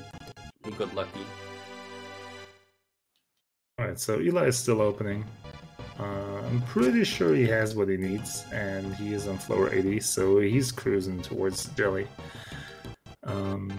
He might be going for a bit of safety. Not sure, we will see soon enough. Anyway, generally speaking, as Mitch just said, floor 87 is the last of the, or actually one of the most dangerous floors. 87 specifically, but once you hit 88, you're pretty much out of the danger zone, because as long as you know your movements in the cave, which all these runners, I will say, definitely do. I hope no one tries to prove me wrong here. Then from 88 on, you're pretty much out of the danger zone, because you can just manipulate movement well enough to just not encounter anything most of the time. Sometimes, if you get unlucky, what can you do? But like I said, let's hope we do not see that. Yeah, so the only enemies on floor 88 to 98, the only monsters there are Dark Summoners. They're basically your standard teleporting monsters, these wizard enemies that we saw earlier, and dragons. But these dragons come into 3 different dragons. The copper dragons, which only attack once, so they are relatively chill. Like they can't wipe you. They still deal a lot of damage, but they will use them for IP farm. Yeah. So they will purposely take damage from these dragons, then run away. Huh? Oh, okay. On Discord something happened, but okay. I don't know. That scared me for a second. Right, copper dragons. They only attack once, and they will use them to farm IP. So they will purposely take damage, then run away. Silver dragons, they attack twice, so they can already wipe you. And then there are gold dragons, and they are the strongest enemies in the game, and they attack 3 times. And they can easily wipe you. But as many people have proven before, dragons never killed anyone. Never killed anyone. But their movement is really predictable. They take 1 step every 3rd step you take. So you can take 2 steps and then they will move. Or you can swing twice and then they will move, or whatever. So they are relatively easy to manipulate, except when you're in a dead end hallway and it comes walking towards you. Then you got nowhere to go. But otherwise, it is pretty free. In a horizontal hallway, you also don't have a safe way of 100% encountering them without luring them to the other end. Yeah. So, Tux just found a Lizard Blow and a Silver Sword right after another, which are both good jelly items, good damage dealers. I'm not sure what else he has or whether he's looking to make this a jelly in time, but I will say it's definitely possible. Eli found the Cursed Bow, which is the rarest weapon drop in the game. I just thought I'd mention it. It's not special. It's garbage, but it's garbage. Yeah, I'm sorry. There's nothing else you can say about it. It's bad. I would explain how bad and useless the IP attack is, but it doesn't deserve the attention, honestly. So. I don't even know what IP attack is. I know it's bad. You don't know. Like I said before, I've played this game so much, and I still don't know the name of half the monsters in the game or what weapons do or whatever. It doesn't matter. So why would I remember it? You know. So look, if you uncurse, I am gonna explain now. Okay, just so you learn something. If you uncurse Curse Bow, you get Artie's Bow, and Artie's Bow's IP attack is that you remove mirror from all enemies. Oh yeah, but mirror is broken anyway, so it doesn't matter. It's amazing. Oh, that's great. Yeah, so there are a lot of errors, if you will, in this game. One of them is enemy moves. So a lot of these late game enemies, they should use like a reflect spell, if you will, from the Final Fantasy series, but because an error they don't use it. So you got all these fancy like unreflect abilities and stuff and spells and whatever, and you just never use them because why would you? It doesn't work. So why would you? Some of them do, like Copper Dragons, famously. Yeah, they use mirror. And then they mirror the mirror, which doesn't do anything, and they mirror the mirror, and so, that's always great fun. I always get confused in marathons about whether the 2 hours is an estimate or a deadline, but in any case, I know, right? We will find out, I guess. I mean, if they're at the jelly, I would say go to 2 hours 2 or whatever. It really depends. In place of the organizers, though, Rogue HQ-Bot posted a message about charity donation, so maybe take a look at that if you want. Can I don't see anything. Well, I wasn't addressing you specifically, but in you the as chat. in generally you. Yeah. I was looking in the Discord because there's also a bot in the Discord. That's why I was confused. I got you. Yeah, like they won't go until like 2 hours or 10 minutes or something like that. They will definitely hurry the last 10 floors if they get towards the deadline. But you know, it can happen that they will have to continue 5 more minutes or something. Yeah, I mean, it's rare. Mike and Eli are gonna finish within the time limit, no questions asked. If they don't die. Yeah, exactly. If they finish, they will finish within the time limit, exactly. Yeah, so as for by Travis, 70%. it could be close. I think he's also gonna make it, but let's see. And I also see Hapkaname is lagging through the cave again. I did miss that because I was ignoring that part of the screen for the longest time. Yeah. Okay, there is no estimate, I gather. That's Okay. alright. The estimate is my bedtime, I think. So, which is I see. completely, I'm like 3 hours over my normal bedtime, so that's nice. But You're saying who we should cut all the streams if you have to go to bed? That seems fair. Yep. Yeah. Oh, No Name is doing a Maxim only run, so he's probably doing Providence %. So what that means, there's one item, a unique item in the cave, which is called the Providence, which allows you to teleport out. And why you would teleport out is if you don't die, and you either kill the jelly or you teleport out after killing Jelly, you have to teleport out. You can keep your blue chest items. So, you know, in the main story, you could get really strong end game items in the mid game already. But yeah, he is just trying to run to floor 21 as fast as possible, pick up the providence and get out. I don't know why he would run that, because I really dislike that category. Nice. So you just explained it to Flame on it. Nice. Of course. Yeah, I see what you did. That's how I am. I see. Mike has that teleporter in that room now, in the door. So let's hope he doesn't need to go into that hallway. No, he doesn't. Both Mike and Eli are at, well, past floor 87 now, so they're looking to IP farm. They're looking to maybe complete their setup. Yeah. Mike is almost done with the IP farm, so if he doesn't die from the parry he's IP farming at Dark Summoners. I would not advise that, but who knows? It works actually, as long as it's just 2. I'm not sure if he knew there was just 2. Let's just say it. But I think he ran into the very nice. I mean, that's no more luck than anything else is, you know. So I do see Eli skipping chests, which means he is comfortable enough that he has a kill, which I am as well. Oh yeah. And it's gonna be a race between Mike and him. It looks like this could be actually really close. So yeah, this is really close. This is I mean, they can both still win. At 94, the floors are close enough. 94 and 93. Yeah, they can both still win. I wasn't gonna mention it. They both have the kill as well. Yeah. 94 both. Oh man. Excitement.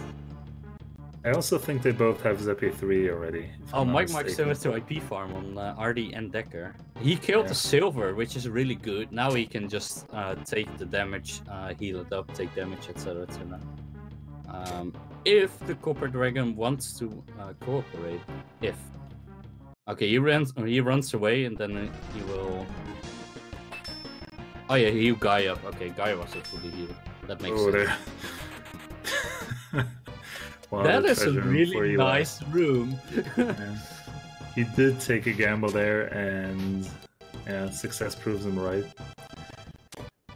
So he would have gotten to the next floor as it is because of the glitch that when you die on the stairs, you just spawn the next floor anyway. But you do lose all your gear, so this is the better outcome for sure. Yeah, that was definitely some YOLO on his part. Maybe he has a smoke ball, so he could have been fine with RD using a smoke ball. I didn't keep track of that, obviously. Yeah, in any case, it worked out for him.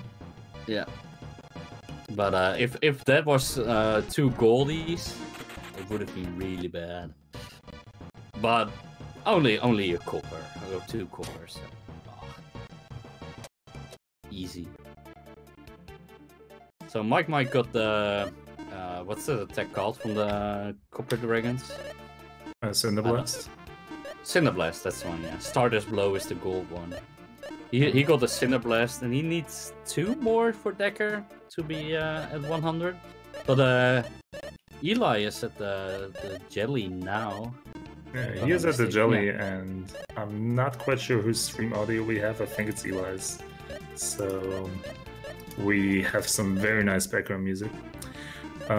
His jelly setup, which he's doing right now, you can see his character is being equipped with several items. He's trying to optimize attack weapons, fractional weapons, as we explained before, in order to maximize his damage.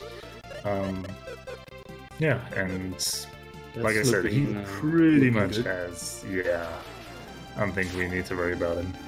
No, he could probably even 2-turn the jelly if he really wanted to, which I would never advise. But this is looking great. Well, the thing about a 2-turner is if you don't get it, you can always get the kill on the 3rd turn. So there's literally no downside to it. Messing up that bad, I guess. Oh. you mess up that bad, then you also don't get the 3. So Yeah, that is a really that- big that slime is- indeed. Yeah. That is really funny, actually. It is literally the first enemy in the game that you ever encounter, the red slime, but like 10 times as big. on And steroids. I just love the fact that they did that. It is just so great.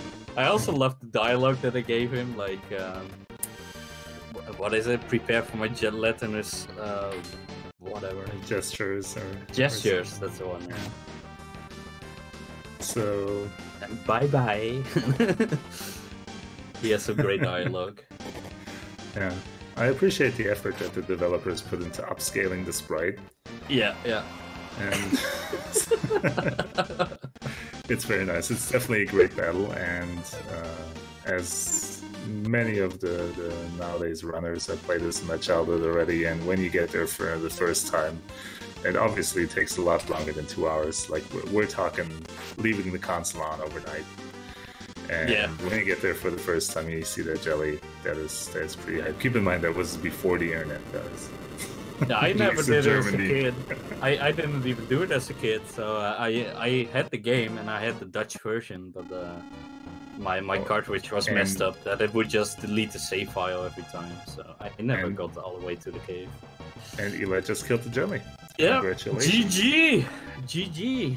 So that was, I want to say, 130. And Mike is there now as well. 50, 20. Yeah. Yep, And you Trev get Text one is experience actually and 1 gold. close enough to still make the 2 hours even.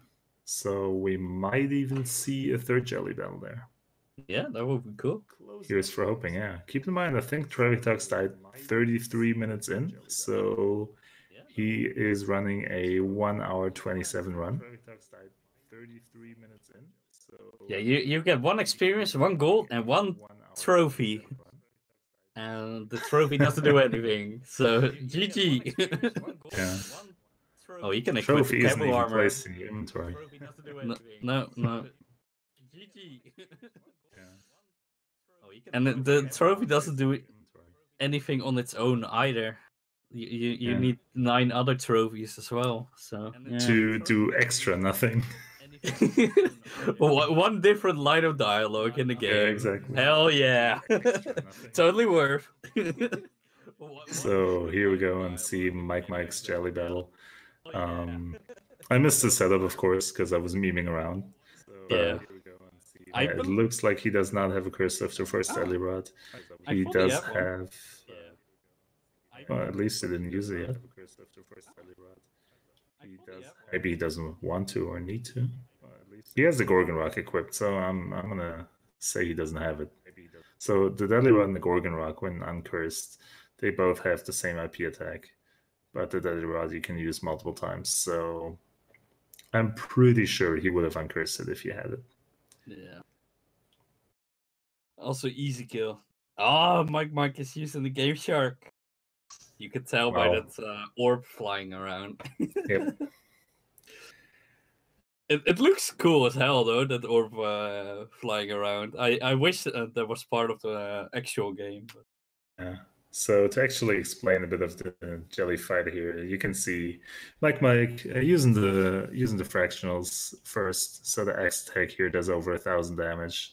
Then of course, due to agility, you cannot adjust the character's order freely, but use the Deca Blade in the same turn, and from here on out, it's just dealing damage. Wait, the Deca Blade and the old sword. Sorry.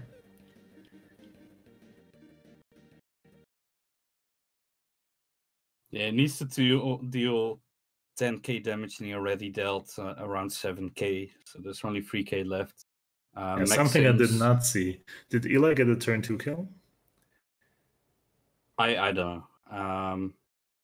Maxim is using the trick ring here now, which will boost his IP attack in a bit. And that IP attack will deal like 800 damage or something at this point. It wasn't a two-turner. Okay.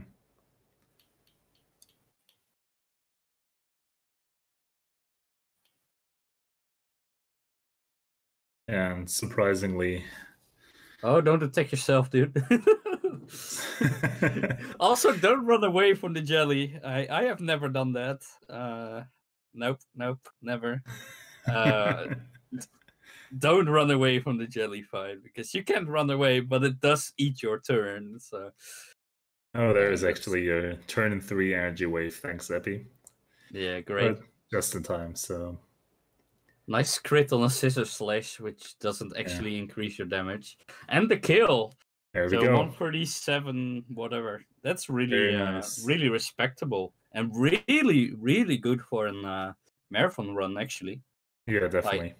I mean, aiming for the 2 hours is what you want to do, like a 155, 2 hours, something like that, in that area. And from both runners, besides. Yeah, getting like below 140 is is what you don't want to do for a marathon, but on site marathon anyway. That's really really respectable. I want to add that normally between 4 runners, you will see like 1 to 2 kills on average. That 2 kills actually happen. Maybe a third one is going to happen here on the slideshow on the lower right. Is actually exceptional. And then both jelly kills that we had so far at 130 something is really, really good. So congratulations to those guys. And also keep in mind, if Traffic Tux makes it down there, which, I mean, looking at it, he pretty much surely will before the 2 hours, I would say, as long as he survives, then he will also have a sub 130 run. So, man, assuming that happens, that would be a very successful day. And it looks like there is a feeding duel for Eli and Mike. I like the fact that No Name is Eli playing has with a the flame box. food. So Oh yeah, nice. And No Name is playing with No Name is playing with a box, and that is essential when you've PB'd. That's absolutely essential. But he does it out of frustration, I guess, but that's still respectable. But right, yeah, so we're going to see the rare M form or the 5th form of Zeppi. Of the adequately named Zeppi. Yeah, but if he remembers which form defeated him. The 2nd, I think. Oh, the 3rd. Okay. 3rd, yeah. No, Darby is the 2nd, I think. I don't know. Darby and Vesto? Yeah, it differs. No, Flash, Darby and Flash, I believe. Yeah, that's Buttfish. So if you have FrancoFaZ and you join any of basically our channels, I hope all of us have it, but most of us do. Yeah, fish butt. That is that emote. It's the best emote on Twitch, easily. Yeah, people are complaining that I'm explaining Lufia glitches, you know.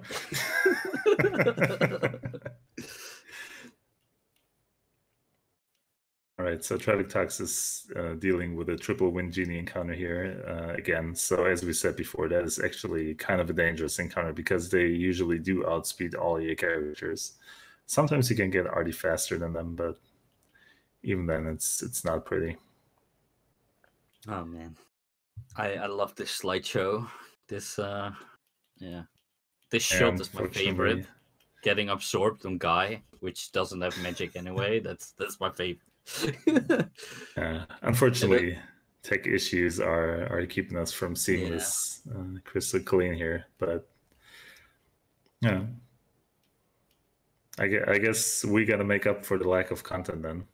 Yeah, and I guess we gotta. Yeah, exactly. We got to make our own content. Yeah.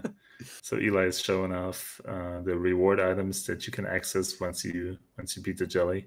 Of course, by the time I mention it, they're already gone. But if you talk to the entry guy before you get them, you can actually take them into the cave and get a ginormous advantage. Of course, because they're not blue chest items, they'll be gone once you Providence. So it's a one-time thing. And Rogue-a-rama locked himself out of the cave for good. Yeah. There's no way to grab that box anymore, obviously. No way. No, Kappa.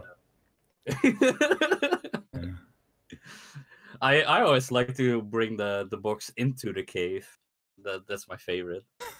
Just hold the box above your head and then walk into the cave. And that's my Yeah. favorite. Or take it outside. I mean, you can. Unfortunately, you don't have it in there anymore because otherwise we would have box percent. You know. Yeah, Take yeah. the box, floor 99. Yeah, like in which game is it? Left 4 Dead 2, I think, where you grab the gnome and you bring it all the way to the end of the map or the campaign. It's kind of like that, yeah. That's actually a really fun achievement. I don't know if Traffic Talks is listening to this audio or not, but if you are, we're still with you. Oh, he did find the Deca Blade. Very nice, as you can see here for the next 20 seconds. Like, we're still with you, Traffic Talks, and I really hope nothing you quite like a floor 91 Deca Blade. That always feels great. Yeah. Like, it feels bad that you didn't find it earlier, so you wasted that much time actually picking stuff up.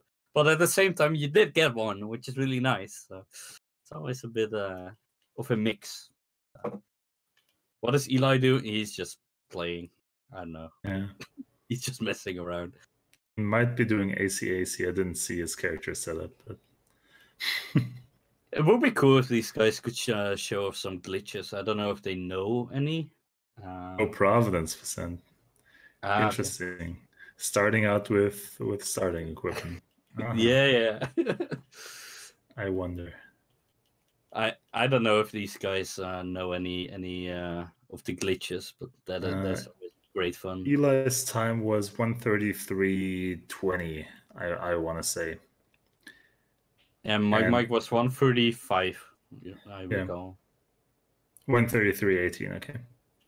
See, I was saying between 15 and 20. Yeah. Not that's a nice guess. earring. Earring is useless because none of the guys can wear earrings. And now I'm buffering myself. That's not good. Like, I was just joking about German internet, and now my own Dutch internet starts acting up. What can I say? Yeah, we don't want that. Oh, nice glitch room for No Name, which he totally didn't load in. Okay, he totally didn't load that save state. I was about to say, yeah. That's a nice. So let's see. Yeah, that is the nice showcase. Room. Yeah. So the way passability works in this game, maybe I can get into that really quick, is that as long as you're on a passable tile, you cannot get onto a non-passable tile and vice versa.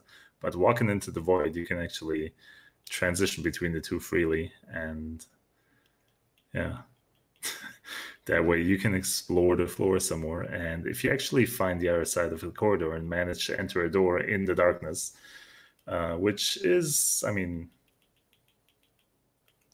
yeah, it's possible if you know how the floor is structured, then you can actually get back into the cave and continue your run. Maybe. So, okay, so Traffic Talks is on floor 96.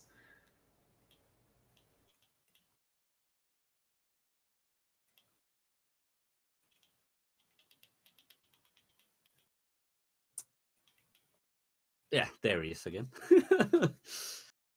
Yeah, so it's a bit hard to commentate this one. Yeah. Yeah, since Eli and Mike are talking about it in chat, they really had a head-to-head race until the very end. I'm not sure if Eli listened to us, but it sounded like as soon as Mitchie mentioned that they're close, Eli was kicked into gear. So yeah, that was a nice race. It was definitely a very close race and a very hype finish, I want to say. Very respectable too, so shout outs to all of our runners. Hapkanam as well, who was a bit unfortunate here, and Traffic Talks, of course, who's still going strong and probably is going to finish this.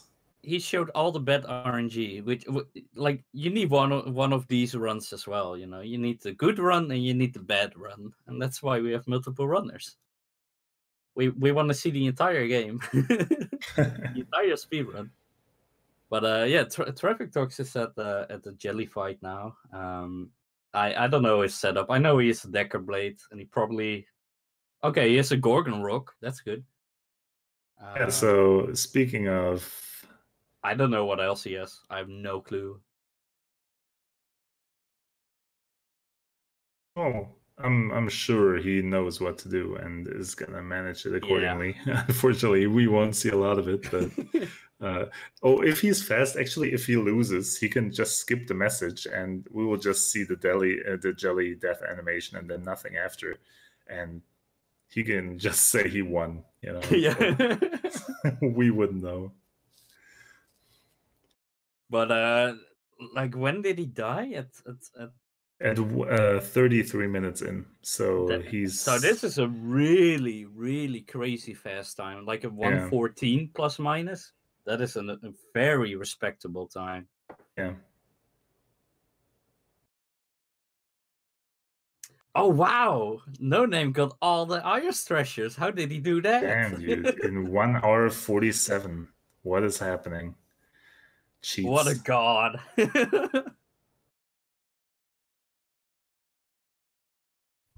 Funnily enough, I've completed the Iris percent 3 times now, so I need to complete it once more, and then I have a save like you have 4 save files for this game, and then I have an Iris percent on every save file, and that would be beautiful. So I was gonna say before, hopefully before Trivectox's jelly fight here finishes. Speaking of the achievements of the individual runners, Trivectox is currently... Yeah, he killed it. Nice. Oh yeah, he killed it. Nice. Damn. So I'm not gonna explain it, but that means we have 3 jelly kills at roughly 1.5 hours. I want to say, because Trivectox died. He actually, well, what is the time then? 1 hour and 15 minutes flat. So yeah. Damn, it would have been anyway. Yeah, so that is crazy fast. Like, very nice. I would call it a very successful race. Even for an any percent run, that is still very difficult. Like, yeah, almost 150. For 115, you need some obviously good execution, but also a little bit of luck. Yeah. But the jelly room, as you can see in the bottom right, that is not glitched or anything. This is the way it's meant to. Don't worry about it. Not quite, but yeah. They ruined it in the PAL in the Japanese versions. This is how it's meant to be. So maybe before they drag us out of the commentary forcefully, I can still, like, now that we're 1 hour and 50 into the run and everyone has finished their runs, talk about the runners. So yeah, again, shout out to all the runners join in for that too? Yeah, Trivectox is currently the reject percent world record holder. Hapkainame is the only one out of the people on the board here who has a finished Iris percent attempt. 2, in fact. Or 2, in fact, yeah, at least 1. Mike is the newest out of the runners, I want to say, and also one of the most has one of the most impressive track records. And suddenly got the Selen percent, aka Maxim Selen Decker Arty world record, or best time of 1 hour and 3 minutes, which is very impressive. Wow, and that is better than my actual any percent time. That is pretty crazy. It's also sub RC, I'm gonna have to say. Yeah. Just saying, you gotta grind more, boys. And of course Eli, who is, well, I want to say good across the board. Correct me if I'm. Did he win any tournament at all? I don't remember. I beat Elmegas in the most recent RPG Valkyrie run. Oh, that's good enough. That's good enough. Yeah.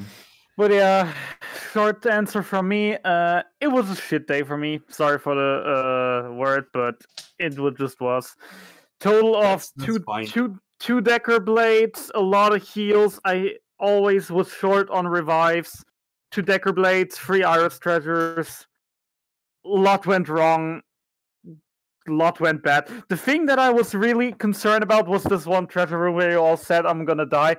The fact that was just I found out that Artie was able to outspeed the plants, and I still had a black guy. So I went up to some smaller enemies, hoped that one hit Artie, the other hit Zappy, to farm IP to kill the plants with the Gloom Splash, and in fact it actually worked out in the end. The problem in the end then was that Tengu came up to me, actually killed Artie. Lucky for me was I found a miracle in that treasure room to revive Maxim, who had a deadly sword, who then saved the room. But then next floor, 2 groups of assassins in one room, no way out. So yeah, you're You know not what they gonna. say, No Name. It takes 2 to tango. yeah. But I'm gonna say that was definitely one of the biggest maneuvers I ever pulled off. I'm happy that I at least got this. I finished, even though it wasn't really to see, probably, because it was laggy as shit. Sorry for that again. I finished the sub 10 Providence %, so I have at least something to be proud of today. With that, I'm just gonna say thanks for Travi for inviting us to the race. Shoutouts to the event holders and the organizers. You're great. And with that, from me, I'm gonna say goodbye and leave it to the others. Shoutouts to Ellie for winning the race. Good job, my dude. It was a good race. Having 3 people in a marathon make it to the jelly and get the kill when last year all 4 of us racers died in the 60s or earlier than that is really saying a lot in terms of how difficult this game can really be. So this was a good showcase, and you as the viewers got a lot to see, and definitely look forward to seeing us shred the leaderboard again next time when we come back with something even more entertaining this year. Yeah, thanks everyone. That was a really good showcase. Sorry we had some technical difficulties just with, I mean, that's just the internet. Lately we are actually having numerous issues with just some streamers that it would not connect through for whatever reason. But I do really appreciate that. Awesome job. GG's on that. Was happy to see more than one run finished this time. So that's really, really great. So thank you again, everyone. Yeah. Thank you for having us. Absolutely. Yeah, I enjoyed it, guys, even with all the memeing going on. Good fun. Great commentary, Mitchie and RC. You did great. Nah, Yeah, too thanks. much memeing, man. Thanks, man. Good stuff. All right. You gave Yes, us good stuff to comment on. Sorry. yeah, I'm looking forward to the next one, actually. So I'm going to sign off with the group here, and then I'll do some closing stuff for the actual marathon. So thanks again, guys. Yeah, thanks. Yep, thanks, man. Thanks for having us. Thank you.